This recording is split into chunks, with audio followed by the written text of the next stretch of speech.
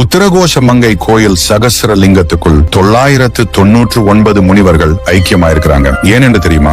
ஒருமுறை சிவபெருமான் உத்தரகோஷமங்கையில் உள்ள 1000 சித்தர்களுக்கு குருவாக இருந்து வேதங்களை கற்றுக் கொடுக்கிறார். அப்போது சிவபெருமானை பார்ப்பதற்காக ராவணனின் மனைவி மண்டோதரி கடும் தவம் செய்கிறாள். மண்டோதரி முன் காட்சியளிப்பதற்காக சிவபெருமான் சென்றார். அப்போது ஓலைச்சுவடிகளை பத்திரமாக பார்த்துக் கொள்ளும்படி முனிவர்களிடம் கொடுத்து சென்றார். மண்டோதரி முன் குழந்தையாக காட்சியளித்தார் சிவபெருமான். அந்நேரம் குழந்தையை பார்த்த ராவணன் சிவபெருமானை தோட்டதும் ஆலயத்தில் தீ பற்றியது. இதை பார்த்து அனைத்து முனிவர்களும் சிவபெருமானுக்கு ஏதோ ஆகிவிட்டது என்று தீயில் விழுந்து தன் உயிரை விட்டார்கள். ஆனால் ஒரு முனிவர் மட்டும் ஓலைச்சுவடியை பார்த்துக் கொண்டிருந்தார். அப்போது அந்த இடத்திற்கு தோன்றிய சிவபெருமான் முனிவர்களுக்கு உயிர் கொடுத்து 999 முனிவர்களுடன் சகஸ்ர லிங்கத்திற்குள் ஐக்கியமானார். மற்றும் ஓலைச்சுவடிகளை பாதுகாக்க அந்த ஒரு முனிவர் மறு ஜென்மத்தில் பாண்டிய நாட்டு மாணிக்க வாசகராக பிறந்தார்.